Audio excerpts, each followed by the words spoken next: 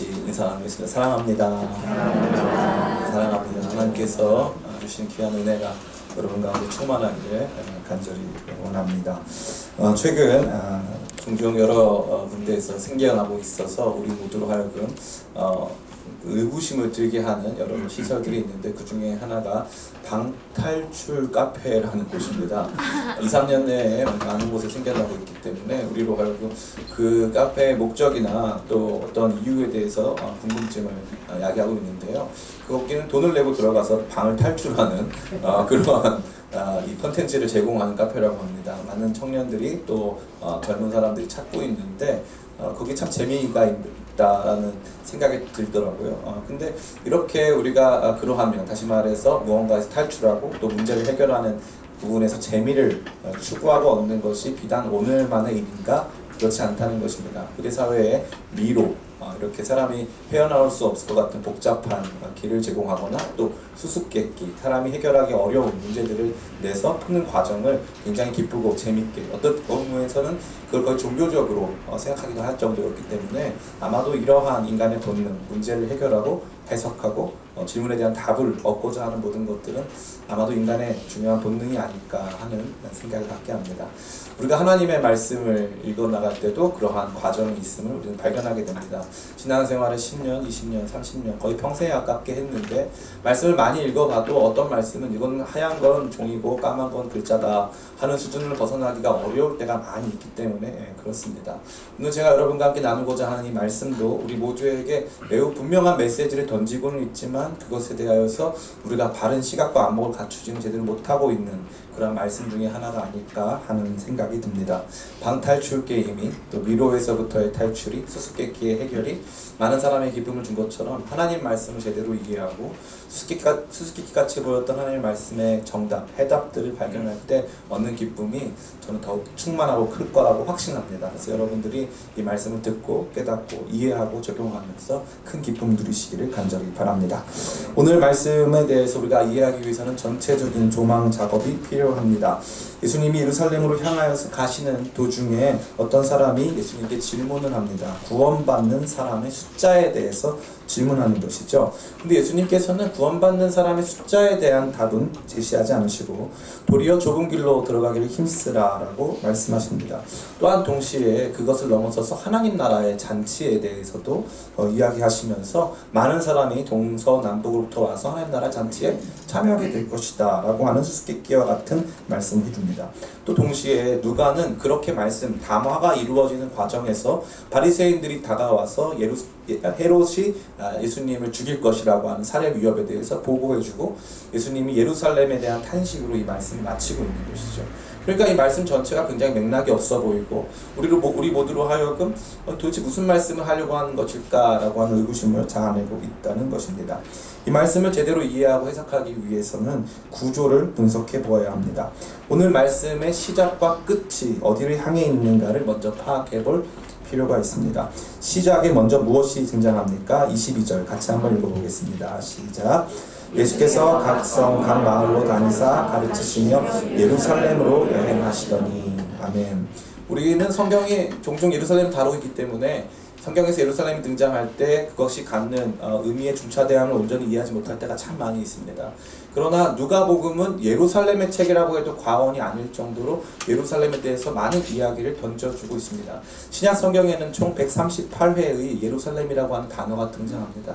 그 중에 30회가 누가복음에 등장합니다. 이게 얼마나 많은 숫자냐면 마태복음에서 12번, 마가복음에서 11번, 요한복음에서 13번 등장합니다. 그러니까 누가복음을 제외한 나머지 세 복음서가 들려주는 예루살렘이라고 하는 단어가 누가복음에서 등장하는 단어와 거의 방불할 만큼 엄청난 수준으로 이 누가복음은 예루살렘에 대한 관심을 표명해주고 있다는 것입니다. 누가복음 9장 51절에서부터 예수님께서는 예루살렘에 가셔서 별세하실 것이라고 말씀하셨습니다. 예루살렘은 예수님께서 걸어가시는 십자가의 길, 예수님께서 우리 모두의 죄악을 대속하기 위하여서 걸어가시는 십자가의 길을 의미하고 있습니다. 그러한 가운데 성경은 그 어떤 정보도 우리에게 의미 없이 주는 것은 단 하나도 없습니다.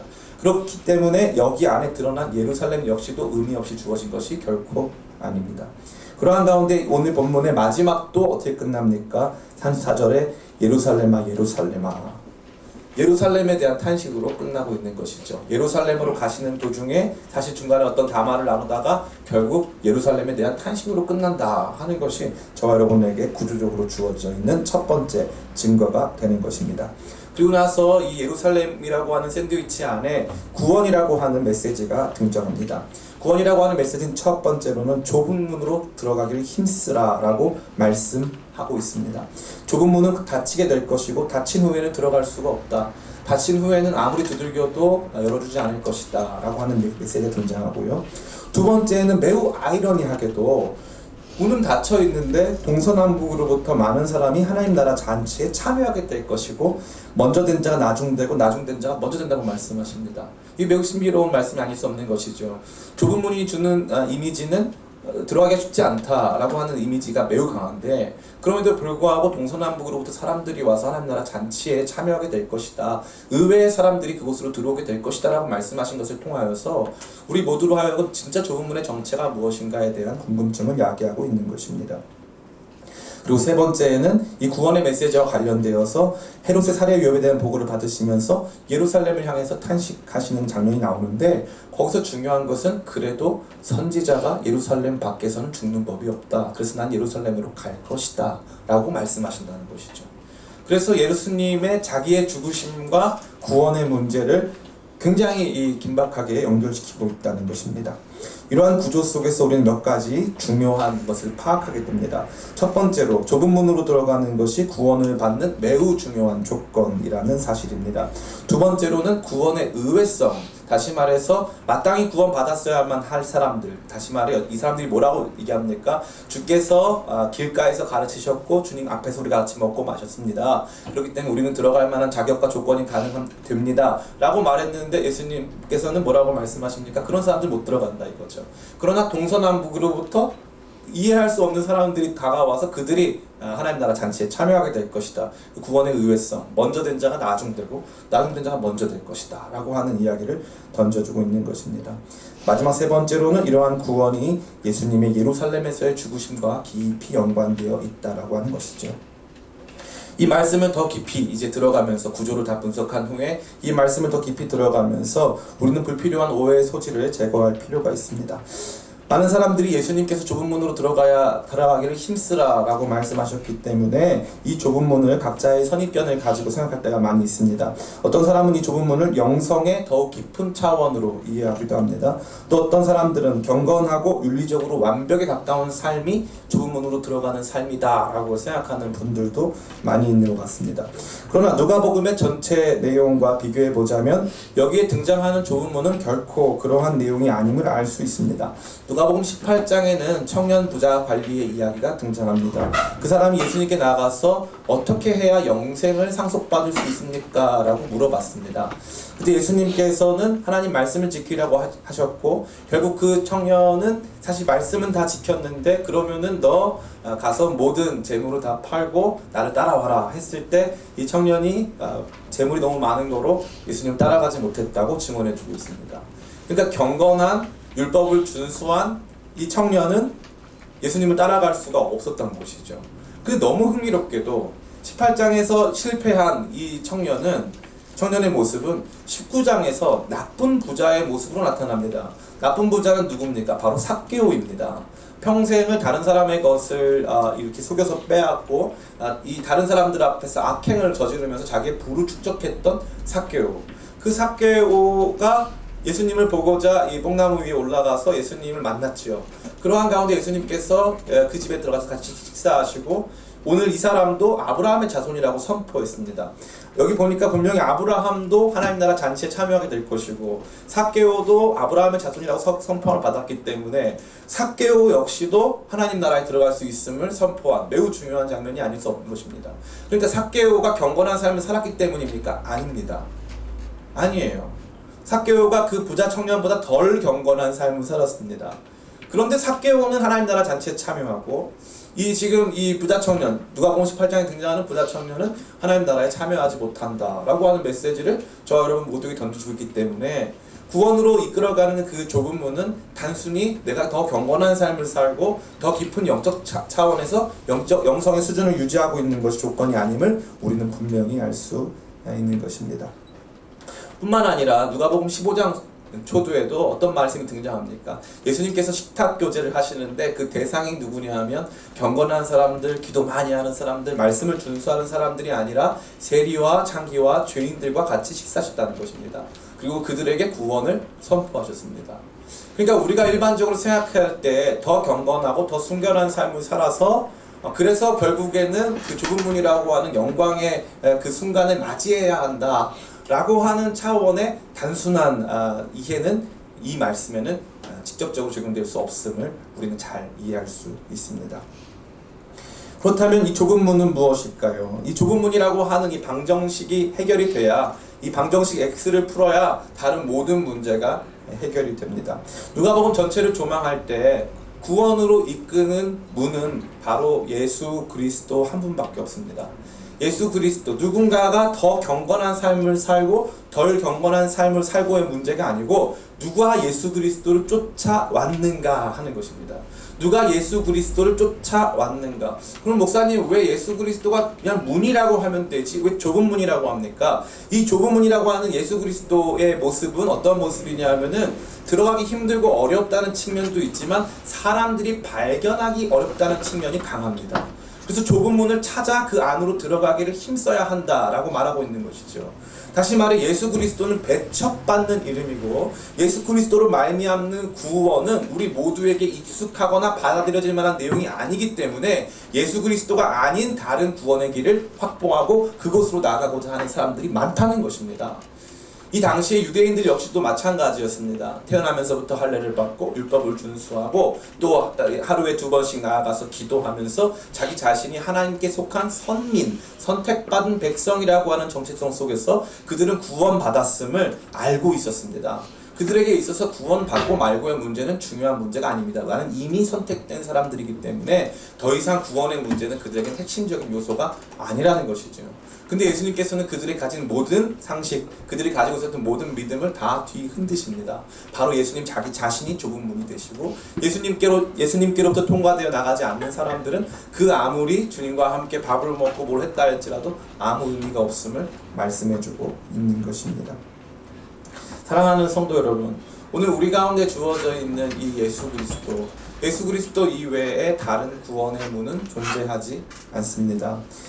사도행전 4장 12절은 이렇게 말하고 있습니다. 다른 이로서는 구원받을 수 없나니 천하 사람 중에 구원받을 만한 다른 이름을 우리에게 주신 일이 없도다.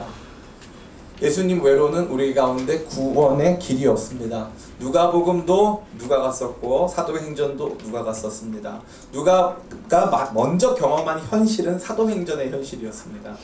사도행전을 통해서 누가가 발견한 것은 무엇입니까? 예수님만이 유일한 구원의 참된 길이 되신다는 것을 그가 발견한 것입니다.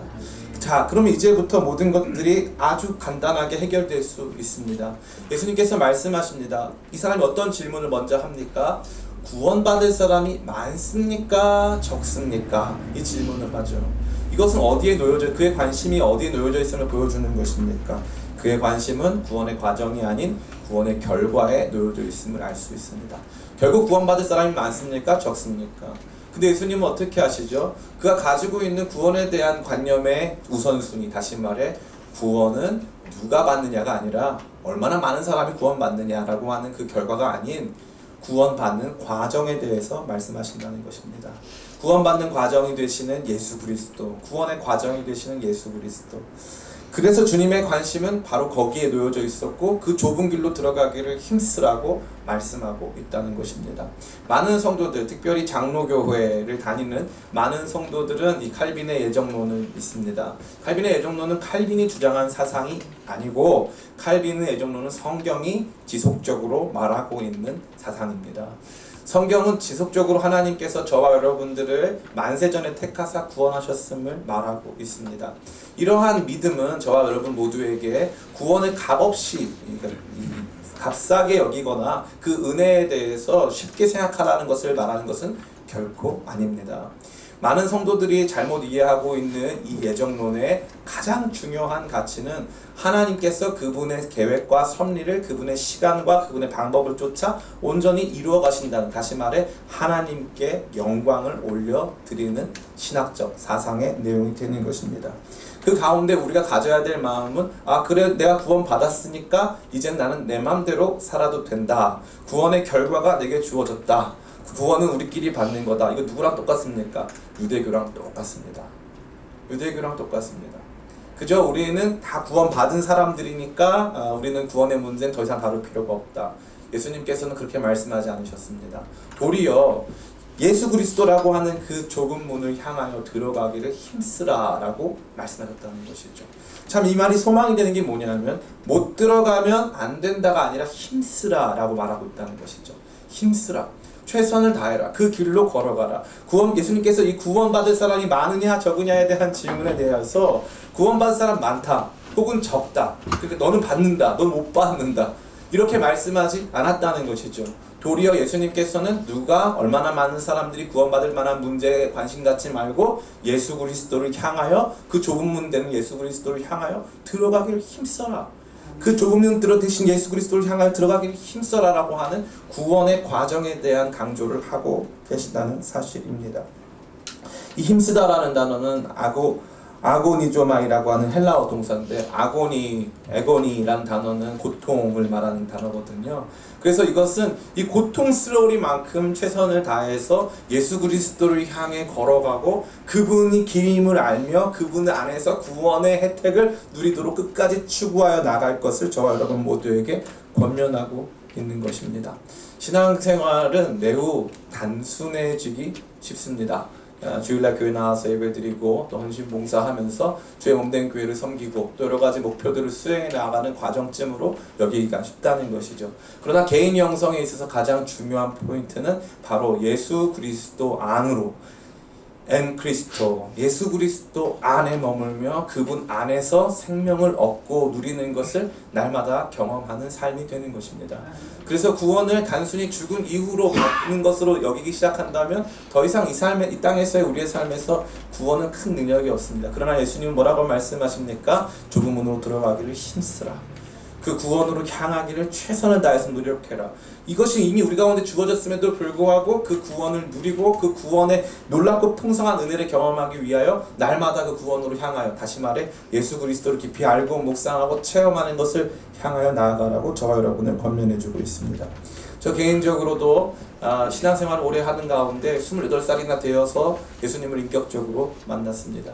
그 전까지 교회에서 늘 헷갈렸어요. 예수님 믿는 건지 하나님 믿는 건지 성령님 믿는 건지 늘 헷갈리고 그게 뭐 중요한 문제인가 대수인가 늘 생각했어요.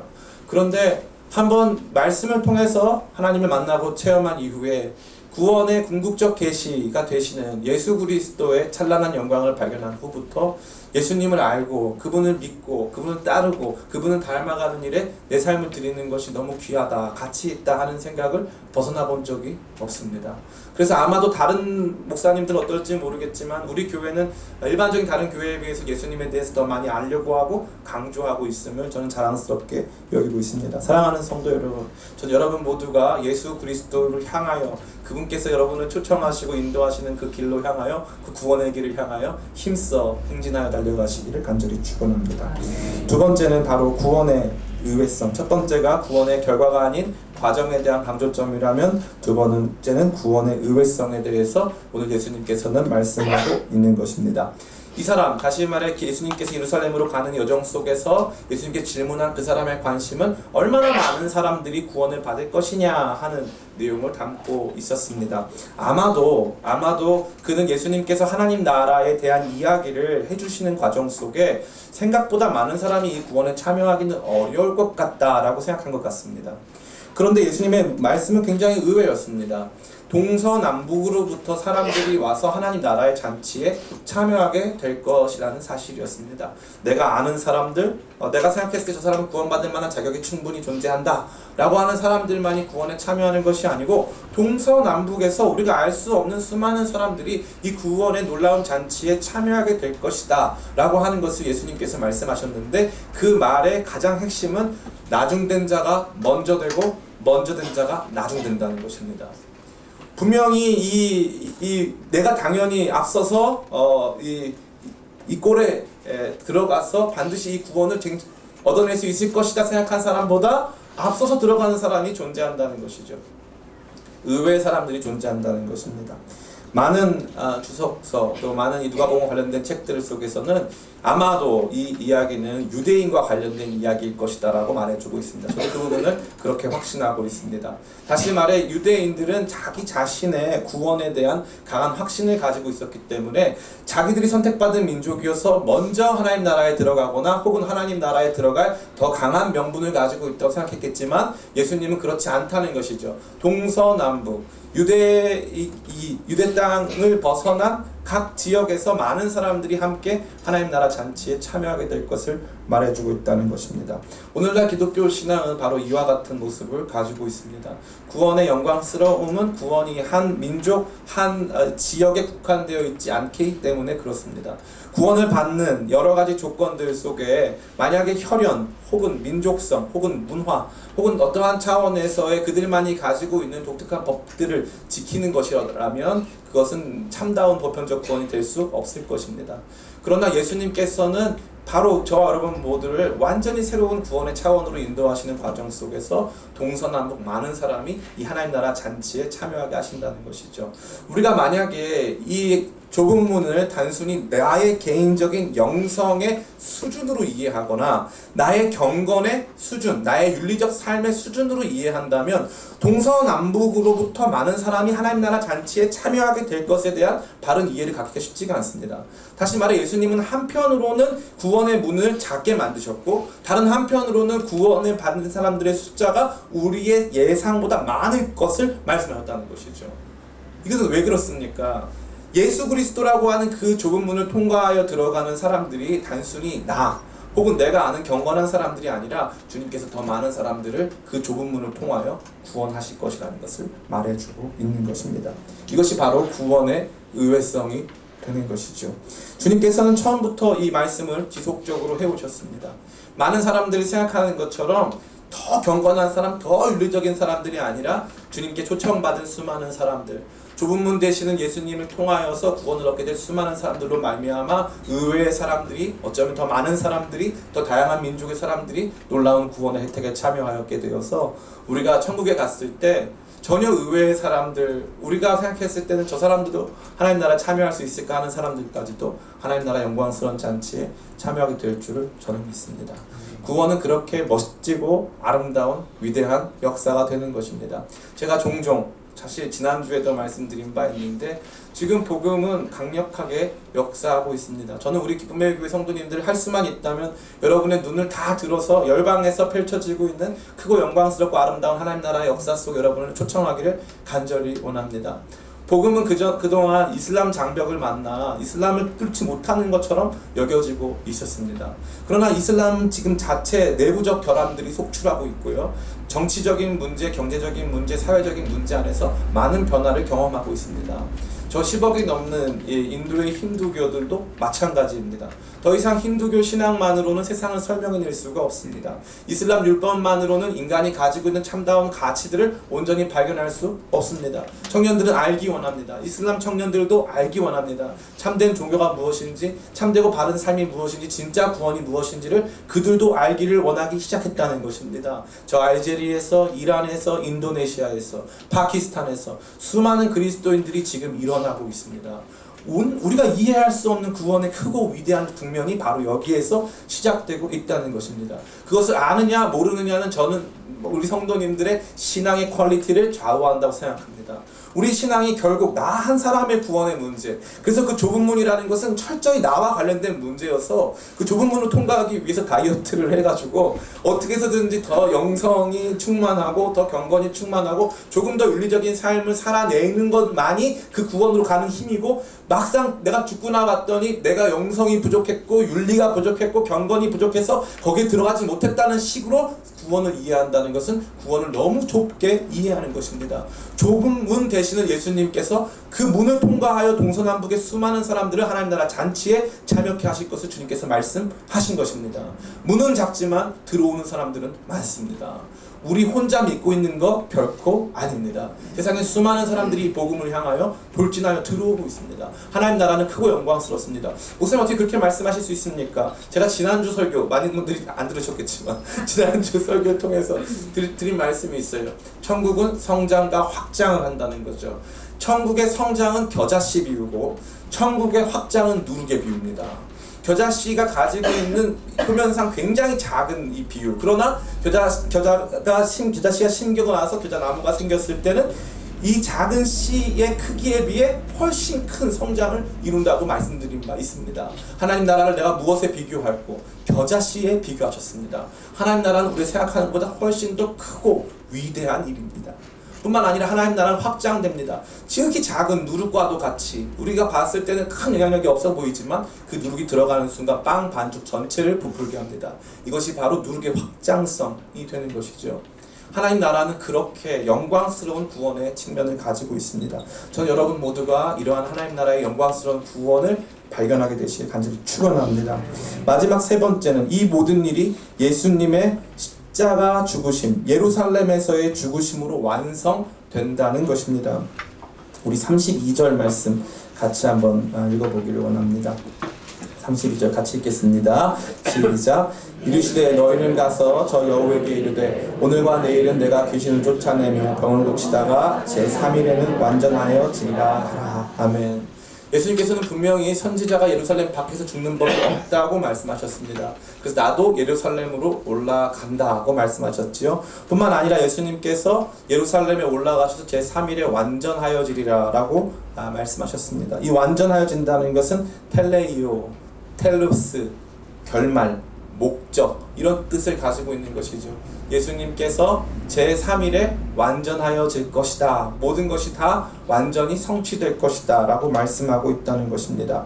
예수님의 예루살렘 죽으심이 이 모든 내용, 이 구원과 관련된 모든 내용의 마지막에 등장하고 있습니다. 결국 예수님께서 십자가 죽으심과 부활을 통하여서 예수님께서 가시는 이 구원의 좁은 길, 예수님께서 제시하시고 우리에게 주시고자 하시는 이 구원의 좁은 길을 완성하실 것이라는 말씀이 되는 것입니다. 사랑하는 성도 여러분, 우리가 바로 그 십자가와 부활의 공로로 구원의 영광스러운 혜택을 받은 줄을 믿습니다. 많은 사람들이 이것을 간과합니다. 그러나 십자가와 부활 없이 그 누구도 이 구원의 길을 걸어갈 수 없었습니다. 예수님께서는 이 십자가와 구원의 길을 저와 여러분에게 보여주시고 제시하시며 또 제공해 주시기 원하셔서 이 말씀을 끊임없이 말씀하십니다. 십자가와 부활, 우리가 봤을 때는 그저 우리 단 한 번의 구원의 이 조건으로 제공되는 것쯤으로 여기기 쉽지만 예수님께서는 그렇지 않습니다. 자, 잘 봐라. 좁은 문으로 들어가야 한다. 그 좁은 문은 바로 나다. 그런데 이 좁은 문을 통하여서 동서남북에 많은 사람들이 들어오게 될 것이다. 그러면 주님, 좁은 문은 어떻게 만들어집니까? 내가 예루살렘에 올라간다. 예루살렘에서 내가 거기에서 죽고 제3일에 모든 것을 완성하리라. 주님께서는 이것을 통하여서 저와 여러분에게 크고 영광스러운 일들을 행해 주시는 것입니다. 구원에는 두 가지가 있어요. 많은 분들이 잘 모르시는데 구원에는 두 가지 측면이 있는데 하나는 구속 역사라고 합니다. 구속 역사, 구속사라고 하죠. 구속 역사라는 것이 하나 있고 또 한 가지는 구원 서정이라는 게 있어요. 구속 역사라는 것은 무엇이냐 하면 2000년 전에 예수님께서 십자가에서 이루신 사건을 의미합니다. 그 사건이 우리에게 조건, 근거가 되어서 우리가 오늘 구원 서정에 참여하게 되는 것이죠. 구속사는 하나님께서 그 아들 예수 그리스도를 통하여서 이루신 역사라면 구원 서정은 예수 그리스도를 통하여 이룬 역사를 우리에게 적용하는 과정이 되는 것입니다. 사랑하는 성도 여러분, 그러면 이 구속사와 구원 서정이 만나는 지점이 무엇일까요? 바로 십자가와 부활입니다. 이 십자가와 부활이 우리의 삶에 찾아오기 시작하는 그 순간부터 우리는 하나님께서 주시는 거룩한 구원의 혜택에 들어갈 수 있게 되는 것입니다. 그렇기 때문에 이 십자가에 대한 고백, 이 십자가에 대한 이 존중이 여기는 귀한 가치는 너무나도 중요한 것이 되는 것입니다. 아까 우리가 불렀던 찬송가에서 예수 나를 오라 하네, 예수 나를 오라 하네, 피땀 흘린 동산까지 예수 나를 오라 하네. 그렇게 말씀하고 있습니다. 그것은 바로 우리의 삶과 신앙의 시선을 단순히 구원 이후에 얻을 영광스러운 가치를 넘어서서 예수님 지신 십자가의 그 길, 나를 위해서 그 거룩한 구원의 혜택을 저와 여러분에게 주시기 위하셔서 예수님이 먼저 걸어가신 그 길로 향하게 하고 있다는 것이죠. 그래서 참된 신자의 모습은 그 십자가의 은혜가 매일이라고 말하면 좀 여러분들이 부담스러우실 수 있으니까 정기적으로 또 매우 빈번하게 우리의 삶에 찾아오는 것입니다. 말씀을 들을 때, 또 찬양을 부를 때, 묵상할 때 십자가의 은혜가 다시 한번 조금씩 찾아오고 내게 구원 주신 예수 그리스도, 좁은 길 예수 그리스도, 아무도 찾을 수 없었던 예수 그리스도, 세상에 주어진 단 하나의 이름 예수 그리스도, 그 길 안에서 나는 어떻게 구원을 얻었는가, 그것들을 묵상하며 발견할 때 그것이 주는 아주 크고 영광스럽고 위대한 메시지가 넘친다는 사실입니다. 사도 바울은 언제나 그의 편지에서 예수님의 십자가에 대해서 말해주고 있습니다. 신자의 삶이 이러해야 한다, 저러해야 한다 라고 말하기 전에 이거를 이 어려운 말로 이제 인디커티브라고 하는데 무슨 말이냐면 평서문이라는 뜻이에요. 평서문. 우리가 이렇게 살아야 한다. 임페러티브, 명령문. 우리가 이렇게 살아야 한다라고 하는 명령을 주기 앞서서 인디커티브. 우리가 어떠한 존재냐, 우리가 어떻게 구원을 얻었는가를 늘 말씀해주고 있다는 것이죠. 그러니까 단순히 맹목적으로 더 깨끗한 삶을 살아라, 더 죄를 덜 지어라, 이것만 외치고 있는 것이 아니고 우리가 어떠한 경로를 통해서 어떠한 예수 그리스도의 수고를 통해서 구원을 얻게 되었는가, 그것을 묵상하고 그것에 합당한 삶을 살 것을 말씀하고 있다는 것입니다. 이제 말씀을 마칩니다. 설교를 준비하면서 본문의 이야기를 묵상하는 가운데 오늘 설교가 참 어렵겠구나 하는 생각을 했고 실제로 그랬습니다. 뿐만 아니라 저는 종종 설교를 죽에 비유하곤 하는데 오늘도 죽을 한번 만들어 보았습니다. 근데 이 설교를 이왕 어떤 날 이제 제게 주어진 재료가 죽에 적합해 보일 때는 오늘 죽을 쓰겠구나라는 마음을 먹고 오는데 저는 늘 드는 마음이 이왕 죽을 쓸 거라면 전복죽 같은 거 쓰자.